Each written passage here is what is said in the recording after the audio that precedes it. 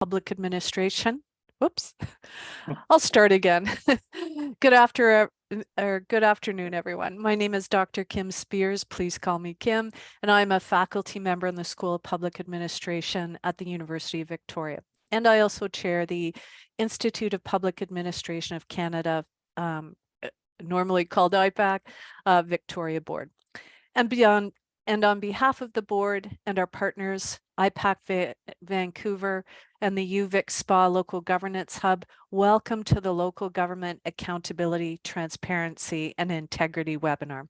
And thank you for being here. We really appreciate it. I looked through the registration names today, and there's lots of familiar names. So thank you very much. And all to the new folks, welcome, and we hope to see you at future webinars. Before we begin, I'm going to respectfully acknowledge the land I am on today, which is the traditional and unceded territory of the Coast Salish people, and specifically on the lands of the Malahat Nation.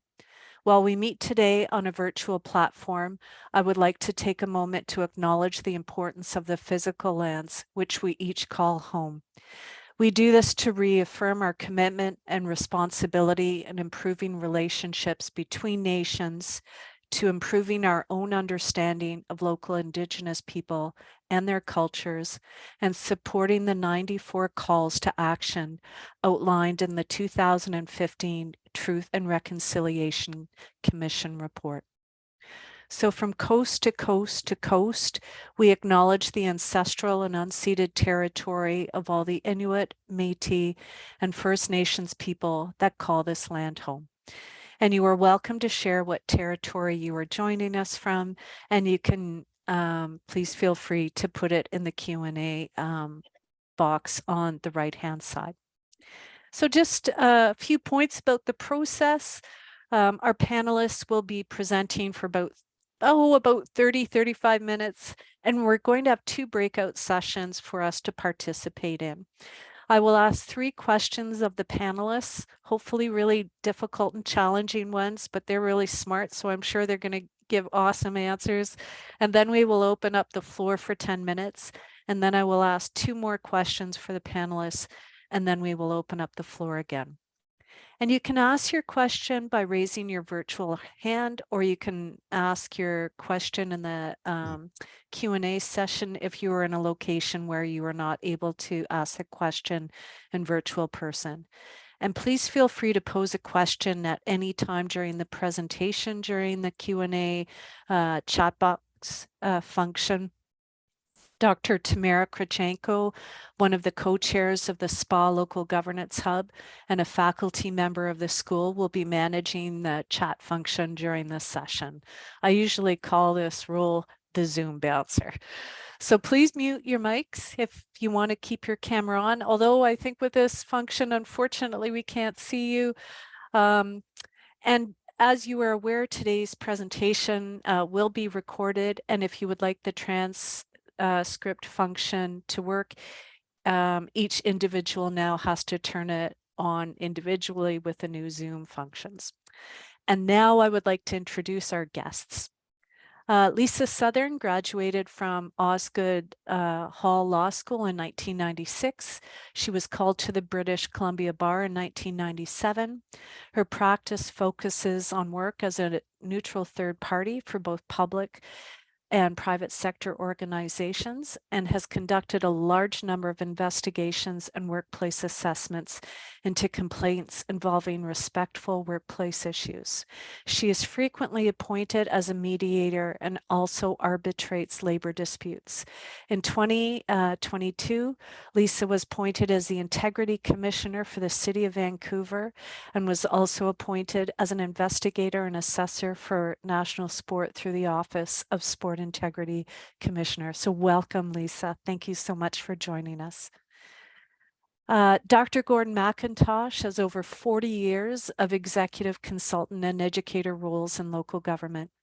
He received the Professional Award for Excellence while serving as the island's Trust Executive Director for the 470 Gulf Islands in the Georgia Basin.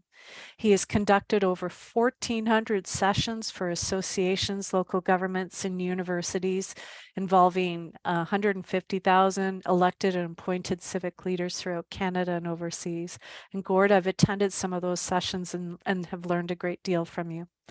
He is president of Gordon McIntosh Consulting and is also an adjunct faculty member in our school and is also an alumni of our PhD program. Welcome, Gordon. Thank you for joining us. Thank you. And Ian McCormick, yes, we've known each other for 30 years. Ian is a certified management consultant and is president of Strategic Steps. Ian has a broad range of experience, including working in government, for-profit, nonprofit areas. In the past few years, he has worked in 2 US states, 3 Canadian provinces, all of Canada's Northern Territories, and in Australia as well. His areas of focus include local government, ethics, libraries, post-secondary education, and nonprofit organizations. His first book on the principles of good governance, and amazing book, one of the best ones I think in local government in Canada, is called Who's Driving the Greater and Other Governance Questions, was published by Municipal World in 2020. And his second book, another great one, is called The DNA of Great Leaders, is about the attributes of the best functioning mayors, reeves, and board chairs. And this came out in 2022. So very glad you're able to join us here, Ian. Thank you. Thanks, Kim. So let's start with the questions, just to give people a sense of your experience and just what some of the issues you have dealt with. Lisa, let's start off with you and just what has been your experience working with and for local governments in areas that are related to accountability, transparency, integrity, ethical and professional conduct, and your area of focus as well as complaints. So just if you can give us some background and that'll help us get started. For sure. So I'm going to say that up until 2022 and January, when I took the role that I have with the City of Vancouver, it was a very reactive role that I would play. So coming into municipalities, spaces with elected officials in response to conflict, whether or not that's a complaint or concern or dysfunction. It could be between the elected officials themselves. It could be involving other parts of the organization, the staff, or if I'm thinking of school boards, it could include other types of conflict around the parent community or student issues as well. So always in that reactive space of either investigating or trying to use some other tools in the tool chest around ADR mediation if those were appropriate and folks had an appetite and were consenting to that type of process. Those that know me know that my least favorite thing is to be reactive and to spend our time in reaction. So I feel very lucky to have the role that I have with the City of Vancouver, because in my view, there's 3 really important jobs that the Integrity Commissioner has, and certainly one of them is reactive. It is investigating or engaging in informal dispute resolution processes where there is a complaint that's been brought, but that doesn't stand alone. In addition, there's the functions of advice and education. And I've been very fortunate over the course of the last year and a half to be able to develop a plan around implementing those educational and advice tools with City Council, both the former City Council and the current City Council, and trying to develop capacity within and be proactive in terms of addressing some of these more complicated issues that hopefully, ends up in a reduction of the conflict and ending up in that reactionary space. So I think that's a pretty broad overview. Most of the time it was cleaning up after things had happened or folks had thought things had happened. And these days, more time spent on conversations beforehand and building capacity. Oh, that's great. Yeah, thanks so much. And I love just the focus that you bring, that proactive aspect, as well as rather than just a local government being reactive. It's like, what can a local government do in order, to promote, support, sustain a healthy and respectful environment? So thank you so much. Ian, how about you get the floor next, please? Okay, sure. Well, thanks. And though we work in slightly different industries, I agree with what Lisa said. Proactivity is better. And to me, there's almost two pieces to this. One is having the rules, and the other is enforcing the rules. And we often see that the rules are in place. Sometimes they're quite old, but they're there. But sometimes there is a reticence, if you like, to actually enforce the darn things. And so that essentially means that they're not really there in the first place. And I use a bit of a metaphor about keeping the barn doors closed before the horses even try and get out, with things like creating appropriate policies, appropriate bylaws, providing appropriate training orientations, if you like, for elected officials who probably have no, I do say to elected officials, local elected officials, that there's no difference between them and me, except they got more votes than I did. There's no degree, no certificate. They just happen to represent the depth and breadth of their community, and that's good. So having those rules, setting a set of values, I think is important too. And one of the things we face a little bit is because we work across the country, and we actually just set up an operation in Newfoundland in the last couple of weeks, is the rules are slightly different because of the constitutional nature of how local government or municipal government is established via the provinces and territories. So in some places, for example, where orientations following elections are mandatory, in most places they're not. So we're not quite dealing with a completely level playing field. It's not comparing apples to oranges, but it is kind of comparing, say, a red delicious apple to a golden delicious apple. So the rules are a little bit different there. So I think role clarity becomes really important. So when we work with elected officials and administrators, we kind of start even before the beginning. We've been doing more and more candidate workshops for people who are even interested in holding local government office, because they often don't understand the difference between how local government operates, and they don't usually see it on TV, and how the federal or provincial and territorial governments operate with the Westminster model. So sometimes there's not a good understanding of what the role of local government is, the governors, the managers, the service delivery folk. Then you start throwing in some of these principles you've been talking about, things like transparency, for example, which means different things depending on which side of the table you happen to be on. If you're outside looking in and talking to your colleagues about common sense, then it's those so-and-sos who occupy public office who just want to do everything in secret. When in actual fact, once they get elected, they look at the other side of the bench, they're finding out that there's a very good reason that some things are done, if you like, in secret or in closed session or in camera. So those sort of things are there, but really the point is, to me anyway, is having the rules and using the rules. So I'll leave it there, Kim.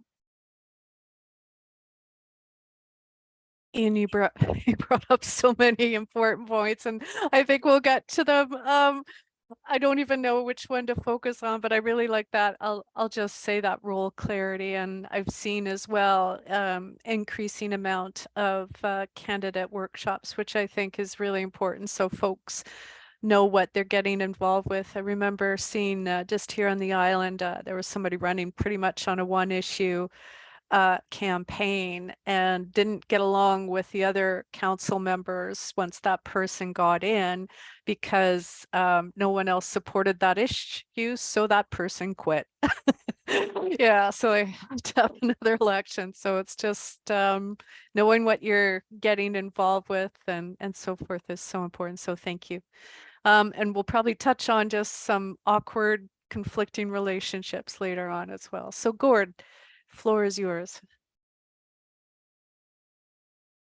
Oh, and you're on mute. Thanks. Sorry about that. Has to happen once. Well, Lisa really talked about sort of the external person coming in, some good insights, reactive / proactive. Ian talks mostly about the elected official at this point. I know he could cover more. So I thought he'd cover something different.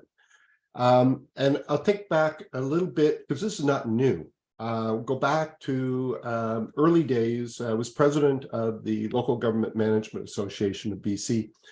We were having a session just for CAOs, and the discussion revolved around basically CAO roadkill. And that actually prompted me to go on to do my doctoral studies, studying the leadership competencies of CAOs. Flash forward, what I found out was two things, but in particular, the lack of alignment. I get role clarity. We could do ad nauseum, talk about role clarity, but until it's enactioned, it's kind of falls on deaf ears. And so two types of alignment. One, strategic alignment. Are we reasonably heading in the same direction? Not only from a big picture point of view, if you're driving a car, the windshield, but also from a tactical point of view. The second is, are our leadership expectations aligned, i.e. the role, the decorum, the behaviors within council, council and the CAO, and of course, council with staff. When we're not aligned, like driving a car, not a grader, Ian, but driving a car, when the wheels aren't aligned, we waste a lot of energy. We put wear and tear on the tires, we use excess fuel, and we use physical energy to stay. And in my view, that is physical energy being siphoned from why people got elected. I believe most people get elected are good people and they want to do a good job. But when we're not aligned, I think one of the key issues across the country right now is incivility. I get the ethics part, transparency, but I want to focus today on incivility. Thanks, Kim.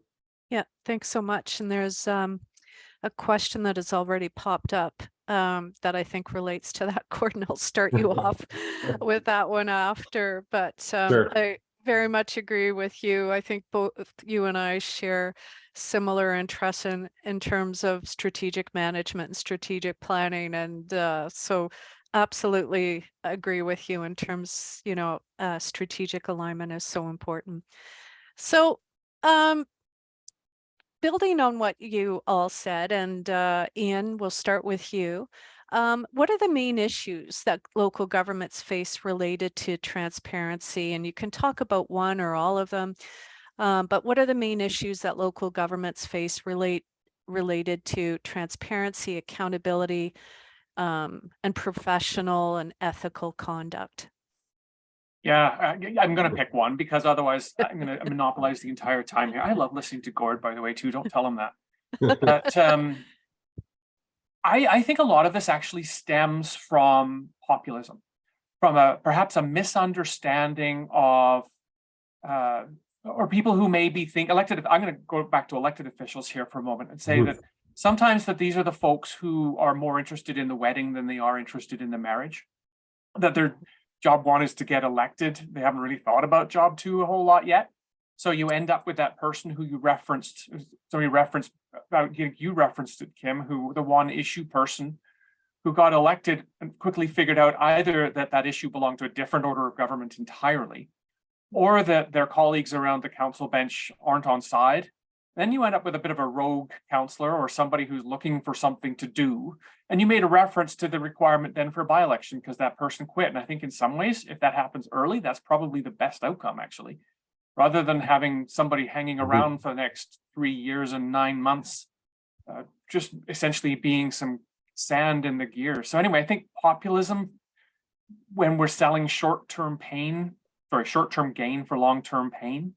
Other issues I think are around the zero-sum nature of politics. You either put your hand up and vote yes, you put your hand down and vote no. So that has come more and more. And I think we've seen that kind of evolve or spill over from federal and provincial politics. So less of the consensus type agreements, more of the vote yes, vote no.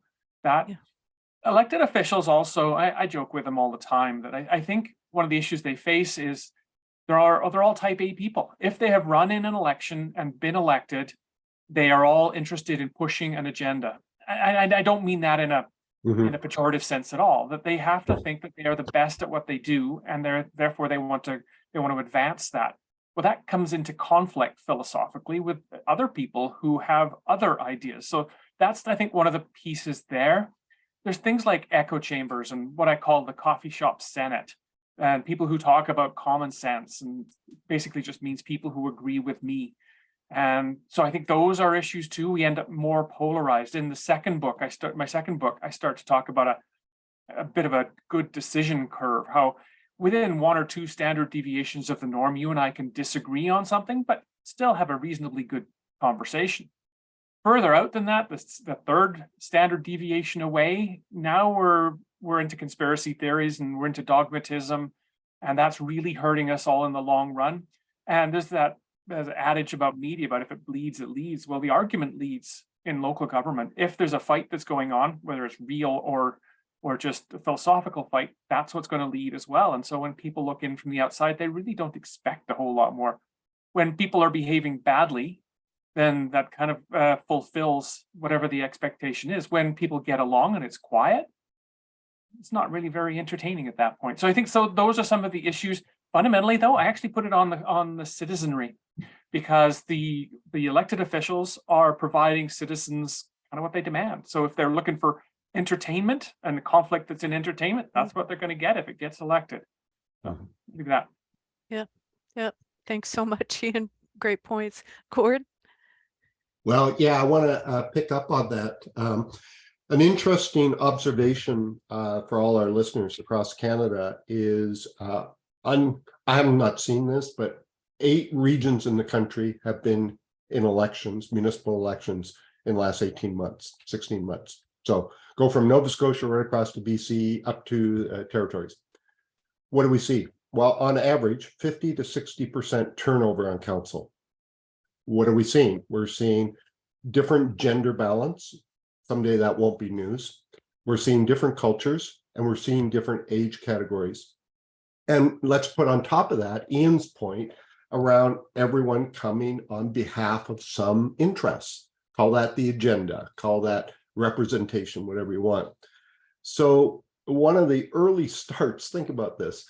Other than New Brunswick, everybody gets elected in October. They do the fire hose routine, right? The orientation, no disrespect, right? Awesome as it is. And then we put them through the budget. And this person, and by the way, I live in that community where somebody quit within 2 months of an election, right?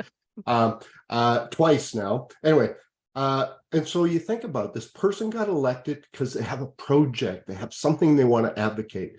And they say, well, I want to put it in the budget. And of course, the wise CAO gets the finance person to say, no, you can't do it. The budget's set for the next year. And right away, we've got the conflict between council and administration. Well, the old guard, if you're lucky, stick up for administration. Hence, we have the phenomena called roadkill or nearly departed, whatever you want. And so it creates controversy within council. So point being, today, we across this country, think about it, the federal government, crown corporations, provincial government, nonprofits, businesses can very clearly go in camera to have blue sky conversations and develop and reconcile strategic choices. And we don't allow elected officials, of course they're doing it, but it's not clearly enabled. So I think that's kind of the big one. So when people get frustrated, I want to go again, maybe a little more on administration.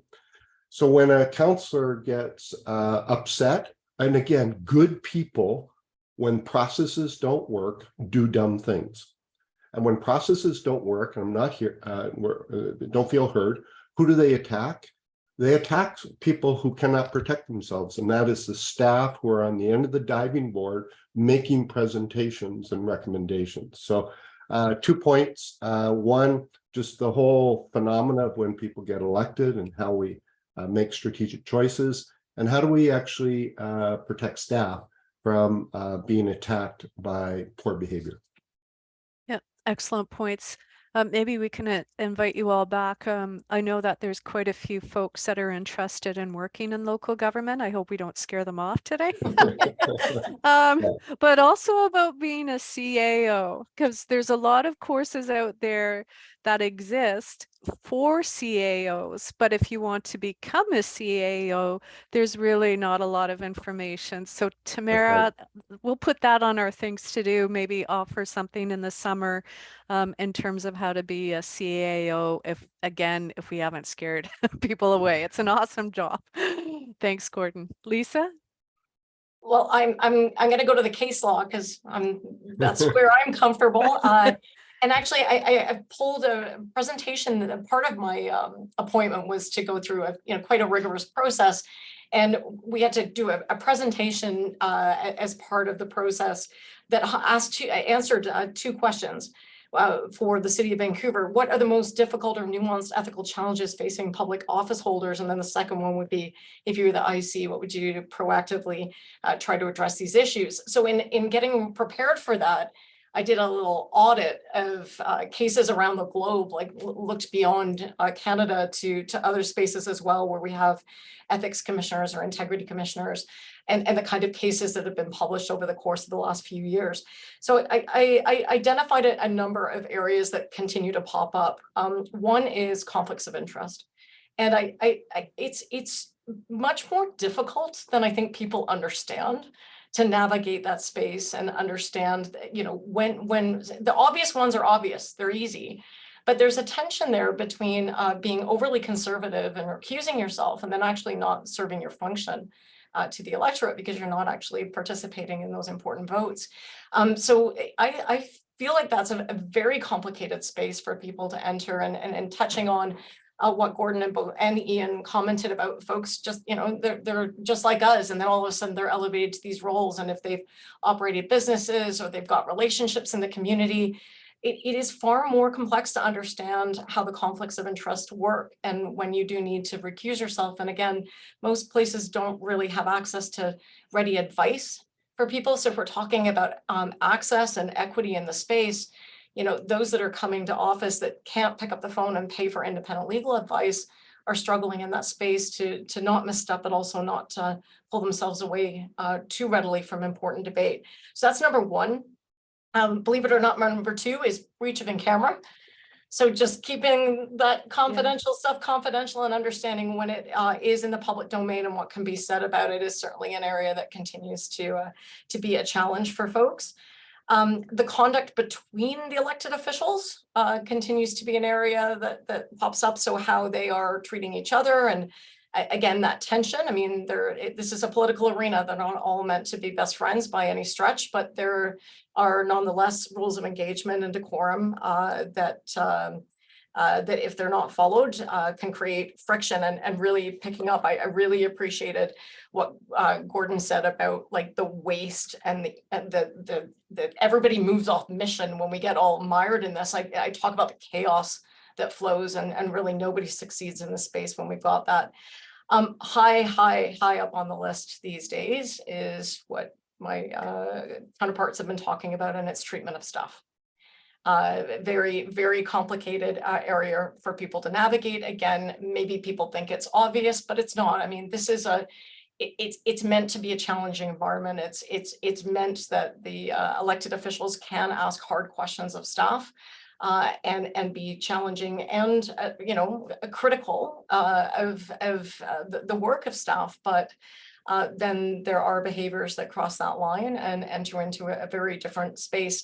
Again, picking up what my colleagues said, that misalignment, I think, is really critical of understanding from the staff's perspective. Just saying no is not going to work, but for the elected officials to understand there are limitations to how things are done and what can be done, and finding that balance between and in all of that. I feel, again, touching on what my colleagues have said, like even if you have the roles, and many do not, and I'm going to throw a little spike at the provincial government in British Columbia, because of all the provinces, we are the weakest. Like our legislation says, hey folks, you can consider it, and then you can reject it, but give us a reason or two why you have.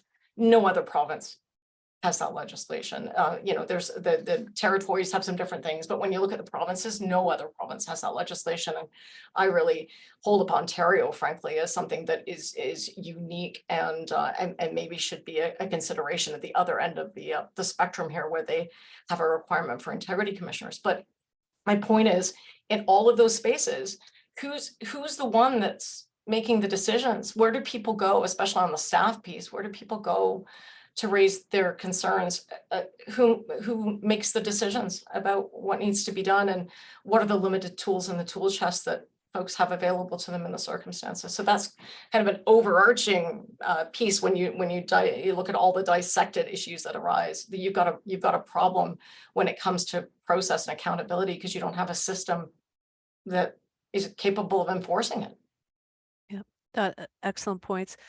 And Lisa, it's interesting you mentioned just about integrity commissioners, and that's actually one of the reasons why we decided to host this session. And there was, I don't know, there always seems to be waves of things that happen in local governments. So for about 5 or 6 weeks, I don't know, the media was focusing on several, I don't know, about 5 or 6 municipalities in BC in terms of various incidents that happened. And I'll throw a feather out to the local government. They've got lots of great information in terms of starting or developing a code of conduct, not mandatory, wish it was, but just I've noticed, again, Ontario, you're right, has that integrity commissioner. It's mandatory. And so I'll ask in a second just about what some initiatives can be done to, say, improve accountability.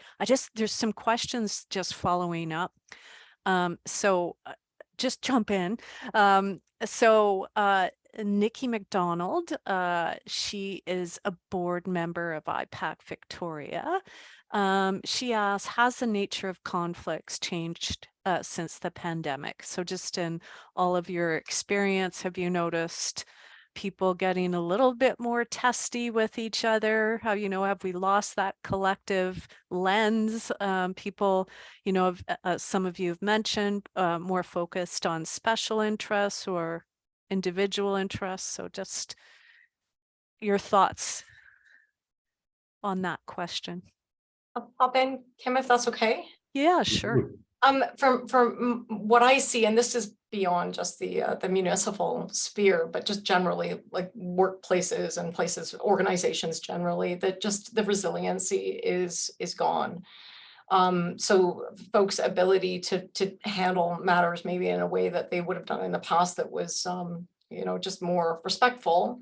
The wick is very short, and it goes both ways. It's the person communicating and having the issue or the concern in the first place, and then it's also the recipient of that message. Their wick too is very short, and it's sort of like the worst possible scenario, where I keep talking about capacity, but capacity is really limited, and so in my view, the conflict is heightened post-pandemic, and I would point to that as a reason.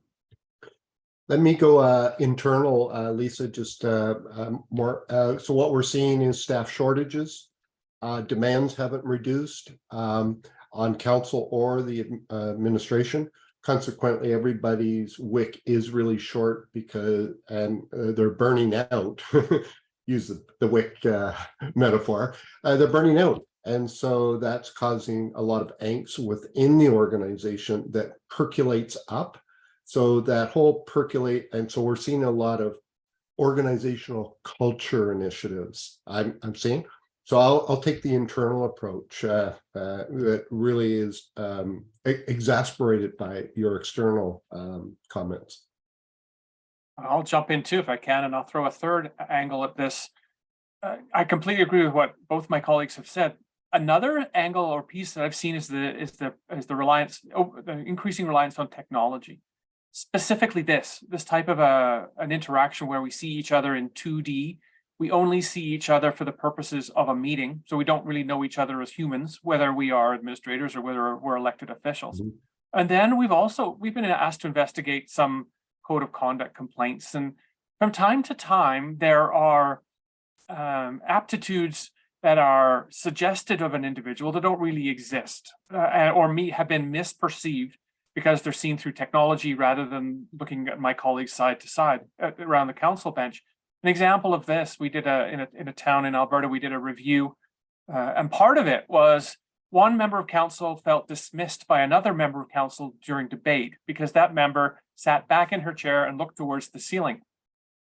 The person who took offense said, well, she's just kind of disregarding me. And her response was, no, that's how I think. I sit back, I close my eyes, I listen to what you say. That's me thinking. So there was no opportunity for that question to go back and forth. So that's not specific to the pandemic itself and what it did to people, but it is the way we tried to adapt to the pandemic. And it was one of those unintended consequences of trying to carry on business as normal. And we've seen that with other things too, the heightened use of social media, particularly Facebook, and how that gets into a bit of an echo chamber, gets, again, misperceived, it gets distilled. That's where the echo chamber comes from too. And those have been accelerated maybe by the pandemic. They likely would have shown up anyway.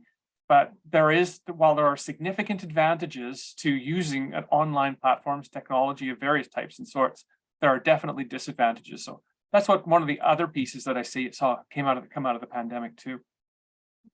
Excellent point, Saul. Kim, can I just make a fun fact? Oh, Maybe it's not fun, absolutely. but Ian, we had a file in the office that was about somebody that kept muting the person. So every time, which seemed like quite obviously, when you're in the room interrupting, it's one thing, but when you deliberately, every time the poor person tries to unmute themselves or mute it again, that was an interesting scenario. Brilliant. That's brilliant.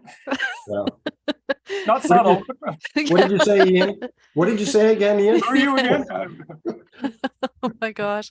I know. I think I've heard so many times after the pandemic and we walked into the room, everybody was saying we all need a course on how to be human and interact again. So,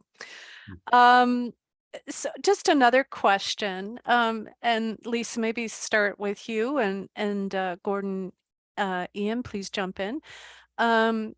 Just in terms of when you were mentioning conflict of interest, Trevor Berry asks, where is the line of interest in common regarding, say, for example, councillor owns a restaurant and there is a vote about sidewalk patios?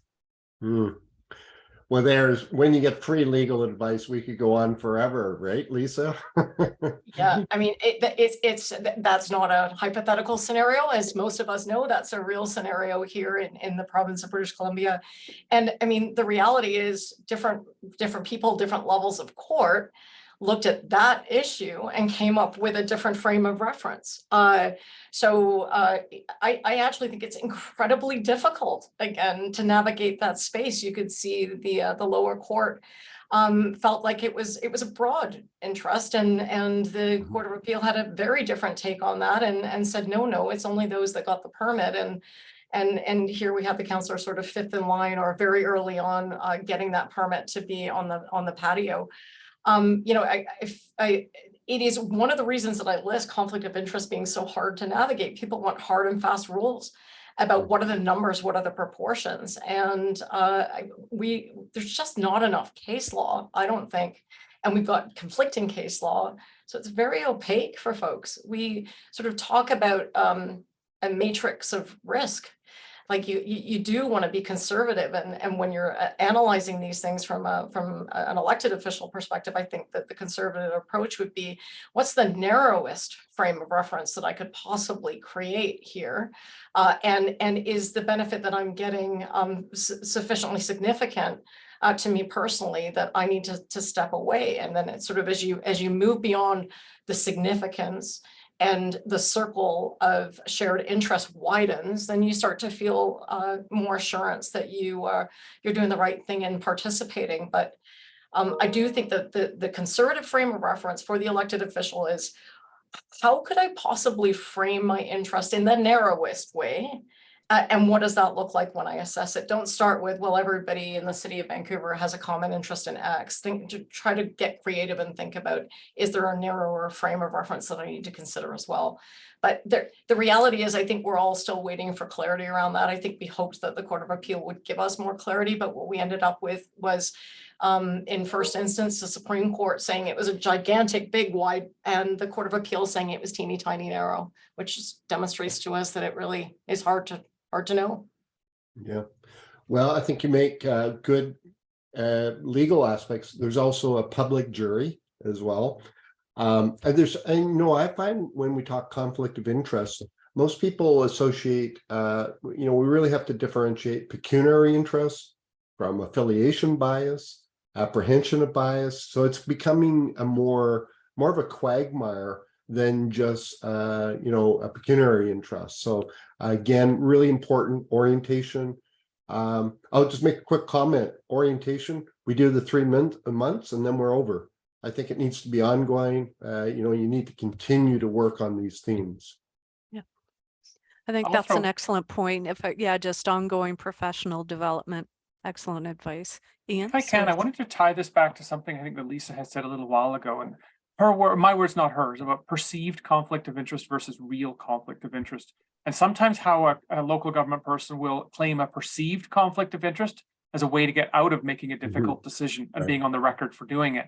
So there is a bit of a flip side. And so the wide versus narrow comes to play there as well. And in some places, I'm not sure if it's all across Canada, Gord might know this better than I do, but not voting when you should vote can be a disqualification offense. So they're caught a bit between a rock and a hard place sometimes there. Yeah. Well, and I think the biggest dilemma there is really, how it's a responsibility of an elected official to declare their conflict. And yet, if they don't, it's actually the council and organization as a whole that will suffer. So there's another interesting dilemma of, how do your colleagues call you on apprehension of bias, pecuniary interest, et cetera. Yeah, great points. Lots of work. There's been quite a few questions just about relationships. Jackie and Sarah, I'm going to actually keep these questions too if we do a session on just CAOs. I'm hoping this question from Nikki will reflect some of your issues as well. And, going back to some earlier comments just about, do people know about local, what do they know about local government? And I think quite a few folks aren't aware that, say, councillors aren't paid very much, especially in villages and towns and so forth. They don't work full time. So here's a question, again, posed by Nikki McDonald. Many local representatives are often part-time and cannot digest all of the information needed. They must rely on staff briefs, etc., in order to make decisions. How does this affect the accountability and decision-making when, and if I can just, I'll read Sarah Plank's comment as well, because it complements Nikki's question. As far as treatment of staff, I'm interested in the opposite scenario, when the elected officials treat them almost too well, and that they just follow most of what the staff say, even when it doesn't match their election mandate. The staff stay the same and they have an interest in keeping things pretty status quo because it's safer and less work for people who are overworked. But a new inexperienced council has been elected on a change mandate, but they're almost too nice. The staff seem to hold the power in the relationship because of their greater experience. As a result, the voters are unhappy because things don't look different, which jeopardizes things politically for the elected officials. So how can that tension be resolved? Who wants to start on that? Oh, sure, I'll take a shot at that one. That's a commentary, not a question. I'm an academic. Yeah. So one of my observations, we're always learning. I'm always learning, and I know my colleagues are always learning. So one of the things that I have found, given this heated environment that we've talked about, civility, et cetera, is when staff's job is to present objective, factual information for an informed agreement. And council's job is to have good debate. So these are the two pillars, okay, for really good decision making. But what I've observed is when staff are presenting the information and counselors start asking questions, they actually are starting the debate. And so they draw staff potentially into the debate. What that can mean is good people don't want to offend staff because they don't want to lose them. So they'll stop, the debate. Or staff will feel victimized on the end of I call it the diving board. So my observation in a couple of communities, they've separated. Let's have the staff present Q&A. Now we get the resolution. And I was talking to Ali Mina, a good parliamentarian that we all know. And he said that's quite acceptable. And now the resolution, moved and seconded, actually starts the debate and the staff sit back. So it's a little bit, I think, tactic around this idea that Nikki and I think Sarah came up with. Sure, I'll add a bit to that as well. I really, if Ellie says it, it's got to be right. I don't know anybody who knows parliamentary procedure better than him. And that is, to me anyway, that there's an understanding, as Gord had said, that the information that is coming from administration ought to be factual and unbiased, even if there are recommendations. There are multiple recommendations often. And council's job is to add that political lens on top of that. So administration isn't providing all the information, although I suppose they're providing the information, but they're not creating all the insight, because that is where the politicians come in. And the politicians, honestly, if nobody lived in the geographical area that was the city of Vancouver, there would be no need for a board of directors, a city council. So properly, a group of people have gotten together and said, you know what, we can't look after this city by ourselves. Let's hire a board of directors. Board of directors in turn became city council, and they hired a city manager, and on it goes. So, I mean, it's really basic, and I understand that, but philosophically, those people who are on council are the representatives of the people who live in the particular area. They have to live in that particular area. So to me, they are the ones who carry the day. They are the ones who ought to be thinking long-term if they've been properly oriented. If they've managed to get through that first year and managed to get around that fire hose, those are those people. So they have that political lens. The other thing is on complex decisions, no, they're never going to have all the information. They are going to hopefully have enough information to make a sound and reasonable decision, such that if more information came to light a little while later, it wouldn't have changed a yes to a no or vice versa.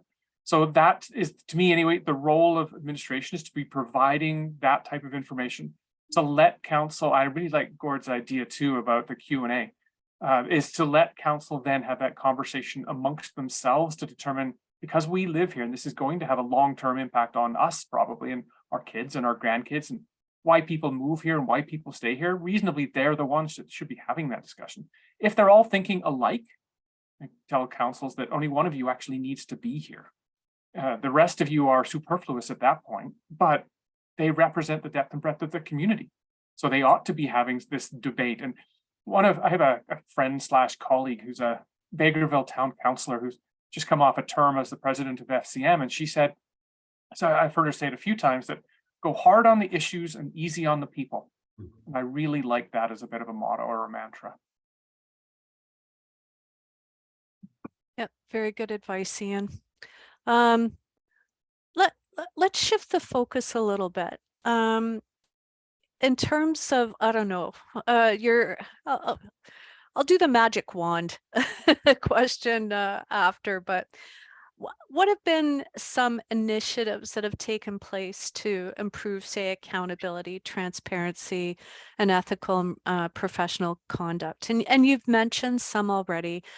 Just, for example, I've been reading about, municipal whistleblower programs, code of conduct guides, whether or not, say, a code of conduct is a requirement or voluntary as well. The establishment of an integrity commissioner, access to info and privacy, how meetings are run as well, council meetings, and especially in terms of how council, say, engages with the public. So just any initiatives that you've seen that seem to be working in terms of, say, trying to improve accountability, transparency? Oh, I need one word just to mean everything. Integrity and professional, respectful conduct. So who'd like to start off? Lisa? Sure. I'm jumping in because I'm going to talk about Yeah. City of Vancouver here, but I can't commend the former council and the current council and the staff enough about what an exceptional bylaw it is. Like the fact that, and I think that the office it has been going well, but it's going well because there's a very thoughtful creation of the code of conduct and the bylaw. And I think one of the really innovative pieces around it, and I know that Surrey struggled with this and they didn't get there, is the fact that the decisions are transparent. If I make a formal decision, it goes on the website. And so the public gets to see, they get to see what those issues are. And if there's been a violation, they get to see. And, in the work that I do around investigations, that's very rare that there is an organization that is courageous enough to say, we're not just going to have these investigations, in the back rooms, and then everybody's going to hang on to the report and keep it quiet. We're actually prepared to have this go out and be put on a website and for everybody to know about it and for there to be transparency in the space. So I think that is incredibly innovative. I think that's really unusual they've done that. And in terms of the current council, they've taken it even beyond what was there. So at the end of the first year, part of my mandate was to issue an annual report. It was to make recommendations for continued improvements to the bylaw. And one of the recommendations I made was there should be training. It should be compulsory training. And if there's non-attendance, we publish that. And that's, again, pretty brave and courageous to say, we are prepared. We understand it's important that we attend these things. We understand it's important that we learn and we do our best in the space. And so if we fail in that by making it a priority, go ahead, Integrity Commissioner, you can publish that in your annual report. So just City of Vancouver seems to be all about transparency and accountability when it comes to these important decisions. And I really do commend the drafters of the bylaw and, like I said, the continued enhancement of it to go to best practice in the space. Yeah, that's great. Thank you so much. Gord or Ian? Gord's muted, so I'll go first. Yeah, I was letting you go first, Ian. Oh, thank you. You speak for each. Yeah, fair enough. I wanted to pick a little bit about I don't think in most places in Canada, things like codes of conduct or codes of ethics are mandatory for councils. Some places they are, some places they aren't, but those places where they aren't, to me, there are almost four pieces that seem to be necessary. And people need to understand these candidates and councillors, and maybe even the public needs to understand these things going in, so that we have a pre-agreed set of rules for appropriate behavior expected of the council and however these complaints are handled. And the first is what we see as acceptable behavior, what we see as unacceptable behavior in large part. And then the one that's often missed is, where they're not mandatory, is sanctions. What are you going to do about it if something bad happens and council agrees that there has been some sort of a breach of this code? And the fourth isn't written, and that's the political will to use the darn thing. That if nobody is willing to use it for legitimate reasons, then there's no point having the bylaw. And if somebody is using it to weaponize legislation or statute, that's a problem as well. And we've seen both of those. We've seen the lack of will to use it. We've also heard the term weaponizing bylaws, policy, statute, all those sorts of things a whole bunch of times as well. So those are, I think, a really good idea. They do need to be monitored. The idea behind the Integrity Commissioner is a really neat one. Most of Canada, again, doesn't make those mandatory either. There's very little in terms of oversight that goes beyond council overseeing council. And there's something about boxes in hen houses, I think, to do with that a little bit. Light is the best antiseptic as well. So this, I think, is also talk about initiatives, things like social media or webcasting, broadcasting meetings, I think comes into play here as well, that people can see what's going on in public council meetings if they're so inclined. Anyway, they can pop in or out. And if these meetings are recorded, that's even better.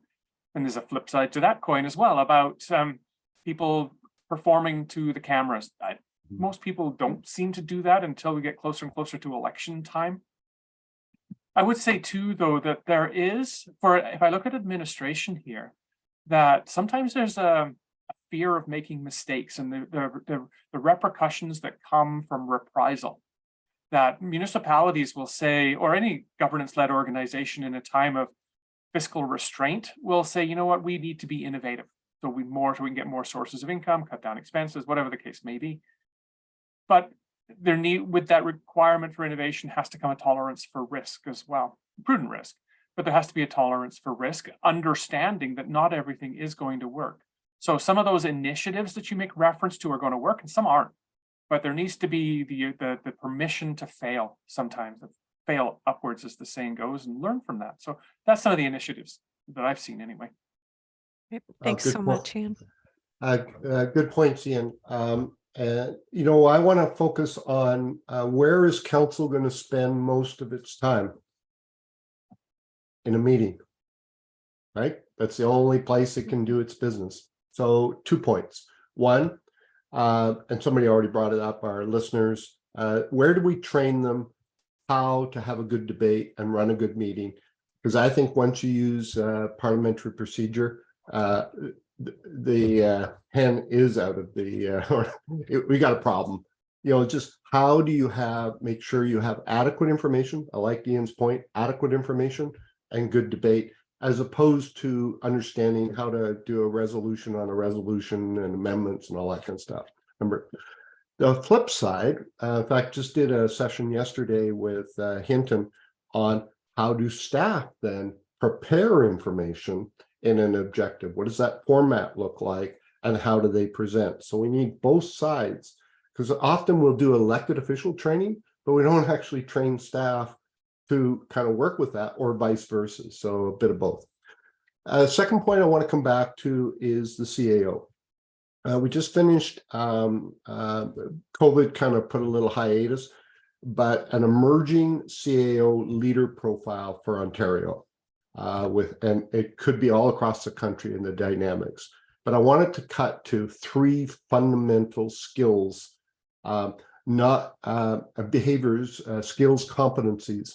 One was strategic thinking, not planning, strategic thinking, problem solving, etc. Second was facilitation, how to facilitate teams, groups, stakeholders, and in fact, council. And the third, I know you know this one, political acumen, right? And those are the 3 things that, back to Kim's earlier comment, there's no school for that, right? These are the things that we need to help experienced CAOs train the next emerging CAOs. Otherwise, we're back to that point. Nobody wants the job. And even if they get the job, and this is what I see awesome professionals becoming CAOs, Director of Public Works, finance people. And then the day they get into managing that gray zone in the political administrative interface, which I know we're going to get to next, they struggle because it's not the technical skills that they need. So a couple points. Yep. Lisa? Kim, I just want to flag for sanctions, picking up on what Ian was referencing. Manitoba is really interesting. Like, they've come up with some interesting ideas around financial penalties, around suspensions, and they seem to have been the most creative in terms of adding all those tools into the tool chest. And around the issue of whether or not codes of conduct are required, my understanding is that the vast majority of provinces, certainly some, are now catching up. Like, I don't think Nova Scotia has actually passed its legislation yet, but it's pending. But do require a code of conduct. Again, on my analysis, leaving out sort of territories that are catching up, and those spaces, BC's is the most discretionary compared to that of our friends in other provinces. So. Well, just picking up on, that level, we've got Ontario now introducing, because of Shirley and Ottawa, you probably know more about that, Lisa, giving the Integrity Commissioner powers, right? And good friend of mine, another lawyer, Don Lidstone, who we all know well, says, hey, be careful what you wish for in getting an Integrity Commissioner. Now your laundry is in the public, And I hope we're going to get there, Kim. We're going to talk about preventive more than remedial. But Nova Scotia, I love this one. They created 2 years ago, Pam Mood, Mayor of Yarmouth, a civility task force, how we could legislate good behavior. Anyway, we should watch that one. We'll see how that happens. Well, how about I've got to ask one more question, if that's because this one has been posed to me and I'm curious to hear. Just related to transparency, sometimes we see in the media and comments from the public that there are too many in-camera meetings. And just wondering if you've ever had to deal with that as a concern, and do you see that as a significant issue? And then what advice would you give to a council that has been accused of having too many in-camera meetings?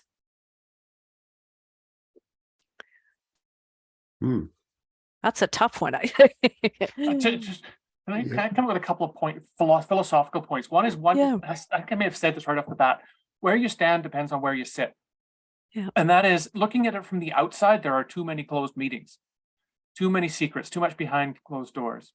Looking at it from the inside, and there's a legitimate reason why we don't discuss the CAO's contract in public or our land acquisition potentially in public, perfectly legitimate. There's that piece. And then it starts to get to, I think Lisa mentioned this earlier too, about what gets into public that ought not to get into public. And how did that happen? Well, sometimes it's inadvertent. A lot of times it's not. Sometimes it's that real or metaphorical brown paper envelope that somebody sticks under the door, and sometimes it's an overheard conversation in a restaurant. So whenever we look into something that's not working well in the municipality, that's one of the first places we look. The second around in camera is, I mentioned this as part of orientations a lot of times for councils, because there are teams of individuals who are coming together to be the first team. They're going through that forming, storming, norming, performing thing. And that is, philosophically, do you want to do everything in public unless there's a reason you can't? Or do you want to do everything in private unless there's a reason you have to release it? And I mean, those are two extremes.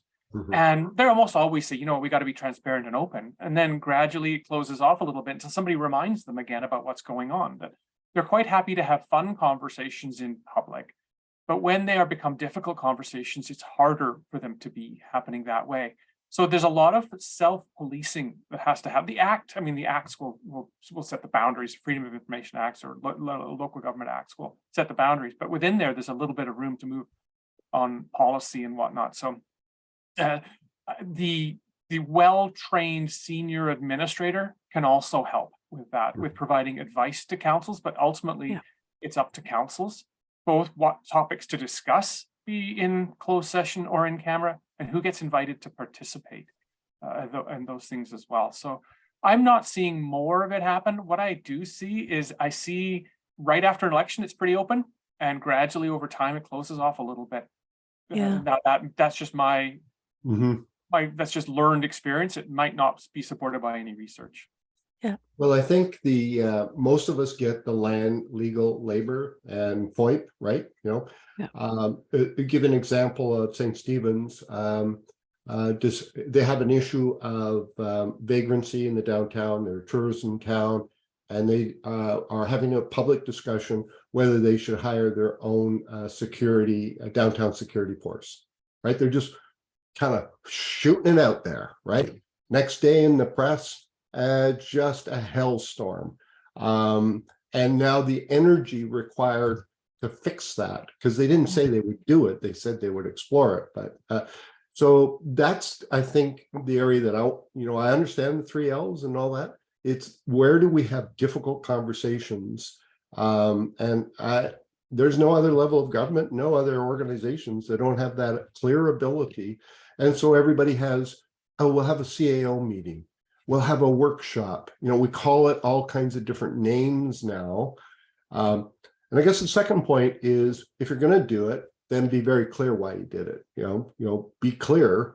3, 4 times. A lot of councils, 4 times a year, we make sure we're strategically aligned, and we have a workshop. Or I think corporate planning committee. You know, we use different names anyway. I'll move on. We probably have about 15, 20, yeah, probably about Mhm. 15 more minutes.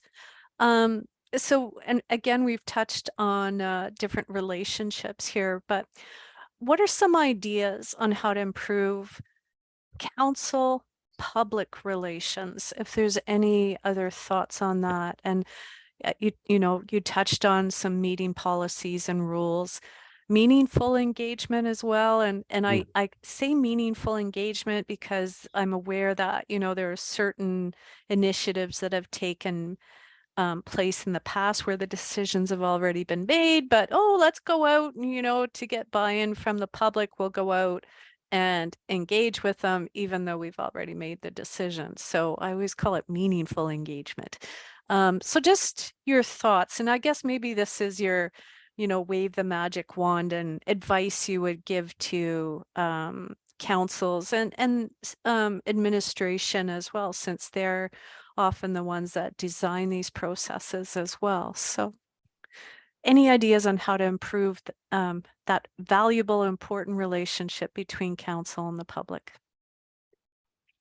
Well, I can start off on this one, and maybe Ian might be able to reinforce that when we do strategic work with councils, public communication is now one of the top 10 issues in the country. So put that up there with infrastructure financing, economic development, environment, et cetera. And there's this notion, if we communicate more, people will like us. You know, the more we get out there, the more they'll accept tax increases, et cetera. So I call it the black hole. You know, how do you communicate with people who don't want to be communicated with? Nevertheless, it's really about diversity. A lot of places I go, rural Canada, people say people don't have access to internet, et cetera, et cetera. And we need to still, when I was in New Zealand, you know what I saw everywhere? Billboards outside grocery stores. And that's where people were. So, you know, maybe we're becoming overly sophisticated with some of our communication and just need to kind of look at diversity. The other, I'm thinking of Surrey in this case, is we need to enable, we need to give voice to angry people. Because if we don't, they're going to find another way to express themselves. So, we need to allow angry people in this kind of world we live in to have a voice somewhere. Gord, just on that note, I know Claire has written a few questions just about having challenges in terms of getting people's voices heard, say, even on municipal advisory committees and so forth. I'm wondering as well, and you folks probably know this better than I do, like, should there be codes of conduct? And again, how do you enforce it? Because sometimes when you try to enforce good behavior, you know, say with public members communicating at council meetings, they don't listen all of the time. So just, you know, should there be codes of conduct for the public when interacting? Like, so it goes both ways in terms of this is how you have a respectful debate. Yeah. Well, you touched three areas. One is a committee, and most committees don't have good terms of reference to actually with a sunset clause to get rid of people. The second is coming to a council meeting as a delegation. People aren't given the rules of engagement before they get there. So that's 2 points, because I know Lisa's got some stuff. Yeah, very good points, Gord. Yeah. Picking up on some of those. So the code of conduct for the city of Van, actually parts of it apply to the advisory committees as well. So it's not just councils. I think that's pretty innovative. I absolutely agree. You give the rules in advance. You don't give them in the reaction in the moment, suddenly, because folks are going to think that there's mistrust. You just created that rule that said that I'm not allowed to talk. But picking up on the idea of giving a voice to the angry people, there has to be a balance there as well. Because you know, people come to this with service, and we've already talked about people not making a lot of money and what's required to put yourselves out there in the world. And you know, we definitely see those angry people going too far. And the chilling impact it has is not just in terms of people wanting to come to elected office or stay in it, but it has an impact on the staff. It has an impact on the other members of the population who want to share their views and are now actually scared of doing so because heaven forbid the abuse then turns to them. I mean, it's kind of picking up on this theme that we've talked about, and maybe we'll talk about it more in the next question around the delicate balance of allowing expression, but and having difficult, challenging, uncomfortable debate. That's great. That's, and you know, the same goes with the staff, but abuse is problematic. And it can't be tolerated. And I think not just having the rules of engagement available and the codes there, but actually, frankly, role playing with those that are going to have to use them in the moment so that they're very comfortable with what they need to do. And if it goes south, you know, you've got bystanders and upstanders in the room as well. Like, is there an opportunity for a bit of a post-mortem? What happened there? How was it handled? What do we do differently next time so that we allow voices, and sometimes they're going to be angry and frustrated, but we don't allow it to get to the point of unsafe, abusive kind of conduct that again has such an unbelievable chilling impact on pretty much everybody in that process. Yeah, thanks so much, Thank- Lisa. Ian? So two things, something else here too for me would be timing. Like if you want to try and defuse, there's an adage that says, don't debate snow removal in winter and don't debate grass cutting in summer.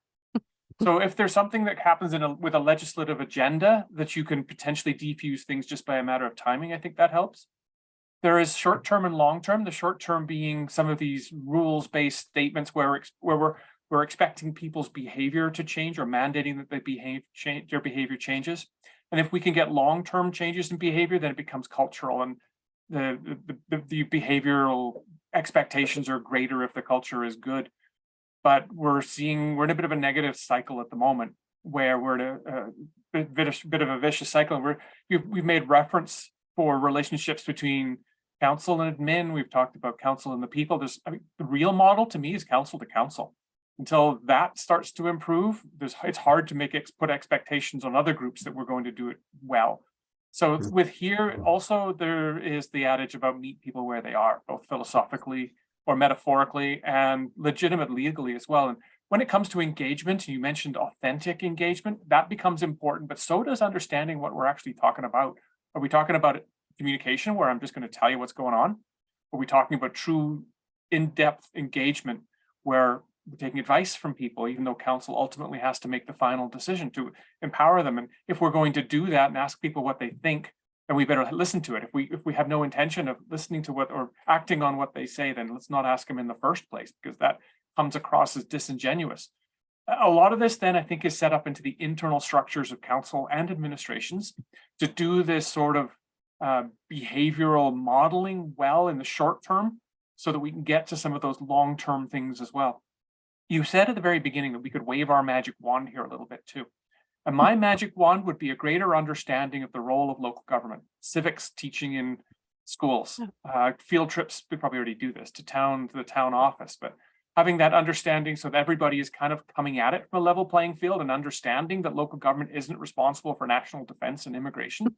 So not putting that sort of an expectation on that's unrealistic, so that people who are those one issue candidates are just mad about something and who get elected on something that has to do with health or education or social services, and realizing that that isn't something that we can do, because then we end up with those initial points of contact growing and festering, and we got to turn that around to a virtuous cycle rather than a vicious one.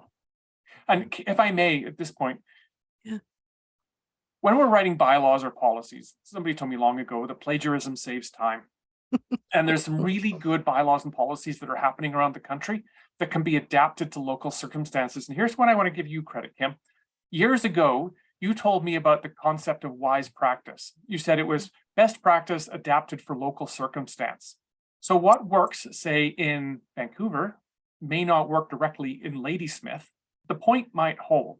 So adapting whatever happens in Vancouver to what's going on in Ladysmith might still work. And so when we're talking about some of those relationships between people and those that they elect, using some of that learning from somewhere else is a pretty good place to start. Yeah, well, thanks, Ian. And it's interesting, a lot of our students, I'll just do a shout out. I think Sarah Greer's online and she works with the Ministry of Municipal Affairs and did a smart practices study looking at some of the local governments in BC in terms of their crisis and emergency planning prior to COVID and then after. And I have Louisa Trucks defending actually in about a month, and she did a smart practices study on bylaws and municipalities related to pets and animals that we hope to publish as well. So yeah, thanks. I appreciate that. I'm going to just say, if you want to wave another magic wand, we touched on council administration relations. I'm just wondering if you have any final words, and then just one additional question, and then I'm going to hand it off to Lisa and I. Everett Lindquist asked, given the issues on the table, what might benefit from some further research on the issues? What would you like to see done, whether or not by our students or say in partnership with you or you on your own or others? So that's, no, I hate asking too many questions, but I just did. So waving the magic wand, if there's anything that you could suggest in terms of giving advice to local governments in terms of improving their council administrative relationship. Well, I'll start off with what I think is a critical magic wand. One would expect that if you have a strategic plan, if you don't take it off the shelf and regularly check in, it's of little value. I'm going to argue that our relationship, if it just sits on a shelf, a standard of conduct, values, principles, is of little value. And so I'm an advocate that councils with their CAO, and I'll beg Lisa's legal here, but as soon as I'm with my CAO, I can be under one of the L's, labor, and give them feedback. And while I'm there, I can be giving feedback to each other. And we can nip things in the bud. I'm talking behavioral issues, right? Not strategic issues. So we've developed a checklist of 10 points that help council, instead of having a blank page, I call that a downward spiral conversation. You say, hey, we should have a check-in, see how we're doing. But instead, we can actually say, hey, how's our roles? How's our internal communication? Is our plan getting into action? I won't go through them all. And we can have a discussion about what's working well, celebrate, and also we can identify issues that need attention with our CAO. So I'm the one I want everybody, and I don't know, Kim, if we can share that somehow on a website or whatever, but that would be what I would see across the country. We need 4,000 local governments plus Indigenous communities checking in regularly to nip behavioral issues before they have to call Lisa. Yeah, excellent point, Gord. Yeah, appreciate very wise comments. Lisa or Ian? I'm just going back to the beautiful word of alignment that Gordon threw out at the beginning, and I bring it into the end, which is, I think, alignment and understanding between the staff and council about the lines that I talked about earlier. Like, you're going to have staff at times feeling like they're being mistreated when actually, objectively, that's not the case. And vice versa, you might have council thinking that they're doing what they need to in the role, but they're actually personally attacking staff in a public humiliating way that's crossing a line. So just the idea of the education being consistent to those two groups, so that they have a common understanding of some key definitions as they are applied generally. And on that same token, I see a gap that exists in organizations between the policy that applies to the staff, and then if there is a code of conduct, the code of conduct, and then what happens actually when you get complaints that are brought under both that actually have the same subject matter. So like creating a cohesive process that instead of two parallel ones for this particular space, I think is a healthy way to go. It's very, again, chaotic and confusing for folks if you've got parallel processes when it comes to that interaction between staff and council. Right. And I like being able to be a bit of a Pollyanna in all of this. My belief is that everybody comes to the table wanting to be successful. That that in order to get anything done, council needs administration to be successful. And administration needs council to be successful as well. So if I can wave my magic wand, is to change people's perspective to say that we're kind of pulling together in the same direction. If we have that strategic understanding that Gord's referenced a few times, also recognizing we did a strat plan in Cranbrook not that long ago, and the city manager said, you know, of everything we have available, 85% of it is already tied up in picking up garbage and cleaning the streets and putting on programs and the things that a city needs to do.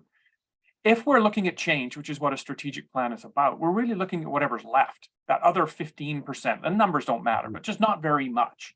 So if we're looking at change between this election and next election, is understanding that that's all we really have to work with. So administration understanding that, council understanding that the momentum of the municipality keeps going unless there's the political will and that strategy to change. And the regular check-in on that strategy becomes really important. Gord's already made a reference to this, that priorities change, the environment changes. As we get work done, we've got more capacity, hopefully. So all of those things change. So my desire is for mutual understanding of success. And I'll finish this piece off with my favorite quote, which lots of people who, if they know me, have heard, and it comes from Ben Franklin.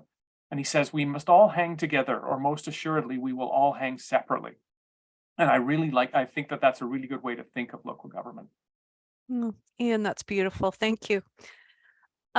Just before I get to my last question, I just wish we could keep chatting and we could do this on a weekly basis. I'm getting some lovely emails just from folks just saying how much they've learned so far. So just before I hand it off to Lisa, I just wanted to say, in terms of providing advice, consulting, and I know you do your own research, is there any research you would like to see done that would help you, or do you think would help municipalities in terms of doing the work that they do and you do? And you can get back to me on this because I Yeah, well, I want, it's a great question from my doctoral advisor. Good to see you, Everett.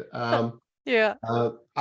Personally, and Everett knows this, is my area of focus. We need to do more work on real capabilities of CAOs and managers to manage this changing local government world. It's not what it was 20 years ago, 15 years ago. It's very dynamic. And I think that goes a little deeper. Back to Lisa's point, we need staff to understand the difference between politics and governance. Governance is you provided your best advice and it was rejected because, as Ian said, they reflect the public interest, which is totally different than when you get in the crosshairs of politics, and that's councillors speaking to an audience. And so I think more work on what that looks like, because if we say, how do you craft a policy? How do you do financial statements? I get all that stuff, but it's this gray area of competencies or capabilities I think needs more work, Everett. I have to say, Gord, just Nikki, who's on the line. I don't know if you know Nikki from the PhD. She did a PhD in public admin as well. And her and I have had many conversations over the years about the need to help, our students understand that relationship. So absolutely agree with you. Yeah, really important message. I'll throw here, and I'm a little out of my league hearing Dr. Spears talk to Dr. McIntosh about research. But I'd like to go back to something that we talked about earlier, that the professions in the professional, the professionals in the profession. There's been some books like, I think, Leaders in the Shadows and things like that, which have been spoken to the role of chief administrative officers. But as we talked about earlier, there's no degree in CAO, becoming a CAO. Places like Saskatchewan will have accreditation for CAOs, and places like the U of A or Dalhousie go through the National Advanced Certificate in Local Authorities Administration. I got that out. And I know you've taught in that too, Kim. So those are sorts of things, but my magic wand would be some sort of a toolkit for CAOs that involves a professional training, some modeling of behavior, some internships, all those sort of things where the professional municipal manager actually has a leg to stand on when they go out in the world, rather than being in a small town in particular, who might just be somebody who lives in town and is looking for a part-time job. Doesn't Mhm. necessarily mean that they are an expert in what they do. And there's lots of CAOs, as well as a couple of us have referenced, who kind of grow up in a municipality, go from being a frontline person to a manager, to a director, to a general manager, and eventually end up as CAO. And then there's others who travel from place to place and gather experience. So the pool of really, really good CAOs isn't that deep. And I think a lot of it might be attributable to not having that type of formal training expectation of what these people need to be able to accomplish to do their job well and provide good advice downwards into the organization and upwards to council as well. Mhm. Yeah, Good. excellent Good. suggestion. Yep. Good point. And since Everett brought up David Siegel, just so everybody's aware, University of Toronto just put out a book on voices from city managers, interviews with 35 city managers across the country dealing with complex issues. David, myself, and Michael Fenn, and that's just been published actually and available this week. So but because I think stories, I get the training part, but I would call on every CAO that's out there today, like, what are you doing to leave a legacy? Because the best way for Ian's professionals that he talks about, the directors, is to learn from existing CAOs. And so we talked about councils setting the tone for advisory committees. Our existing CAOs really need to invest in the future. And I think a big part of that is the baby boomer thing going through, right? Yeah. Who's the publisher of that book, Gord? Do you know? University of Toronto. Okay. And I'll send something to Kim if that's helpful with the little flyer. Yeah, that's great. Thanks so much. Lisa, any final thoughts? Oh, gosh, I'd love to see some research on what continue to be the barriers to equity and diversity in elected officials. And what are the best practices to break them down? That's like a lifetime and beyond, right? Of research. I think I have a student in the MACD program who might be listening, who is hopefully going to focus on that for her capstone project. But yeah. Yes. Thank you so much. I'm going to pass it off to Lisa as well. Thanks, Kim. Thanks, everyone. First of all, I want to thank all the panelists for sharing your wisdom, experience, and knowledge. It goes so deep in the work that you've done and continue to do. And it's one of those topics, I think, as you mentioned, Kim, that could be engaged over a much longer session and multiple sessions, if not a series. Each of you brought a unique perspective and valuable background to the table. And that enriched, I think, well, certainly my understanding, and I can speak for those in attendance for everyone. And thanks for to the participants for attending the session today and taking the courage and other sort of action to provide questions and give your thoughts. Because without your participation, this webinar would not occur, and certainly not in a meaningful way. We would have panelists talking to each other, which is not a bad thing. But before thanking others who were involved in hosting this session, I just wanted to share just a few key takeaways. I know we only have about 3 minutes. But some of the impactful initiatives, planning around ethical and professional conduct that included tools, not just on an investigation, but education and advice, both with former and current councils, role clarity, candidate workshops, knowing what you're getting involved with, and ongoing learning beyond orientations post-election, strategic management and aligning the strategic management with operations and action. Codes of conduct were noted, and there should be rules of engagement, shared with even the public who are coming into discussions or coming into meetings that, if not followed, can create friction. Everyone moves off mission when we have this. Ontario was alluded to as an example for integrity commissioners, and that decisions are public, leading to accountability and transparency. It was interesting around the accountability and focusing perhaps on both CEOs and council, but 3 fundamental skills were noted for CEOs in particular: strategic thinking, facilitation, and political acumen. And there are no schools for this. So we need some training for prospective CEOs. We need to keep those roles filled and have lots of succession. I like the comment around going hard on the issues and easy on the people. I've heard that before, but I think it's a really good reminder. And that post-pandemic, or in the tail end of whatever we're in, wicks are short, and we're all burning out, and our human nature needs to be, I think, risen up and foremost in this work, learning how to be human. Local government is changing and has changed, and the requirement for innovation, which will be required, needs to be a tolerance for prudent risk. Failing upwards was noted. Have a strategic plan around strengthening relationships and moving forward. Have plans and use them. Give feedback to people and each other. Have a checklist on how you're going to move forward, and look at what's working well and celebrate. Meeting people where they are was talked about around the relationships with the public and the council. And there's a view that the more we communicate, the more people will like us, but we need to have more diversity and a focus there. I want to thank you to all who joined us from across the country, and there will be another seminar or webinar on Monday, June 5th. The topic is current and future challenges and opportunities in local governments in BC. Panelists are Todd Pugh, Executive Director with Civic Info BC, Kennedy Stewart, former Mayor of City of Vancouver, Director of the SW Centre for Public Policy Research, Susan Bryce, Councillor for the District of Saanich.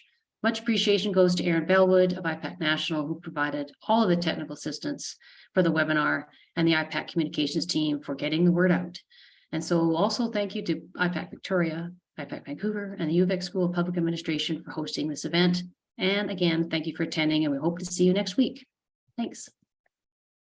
Thanks, Sorry for the everybody. speed reading. There was a bit of a speed speaking.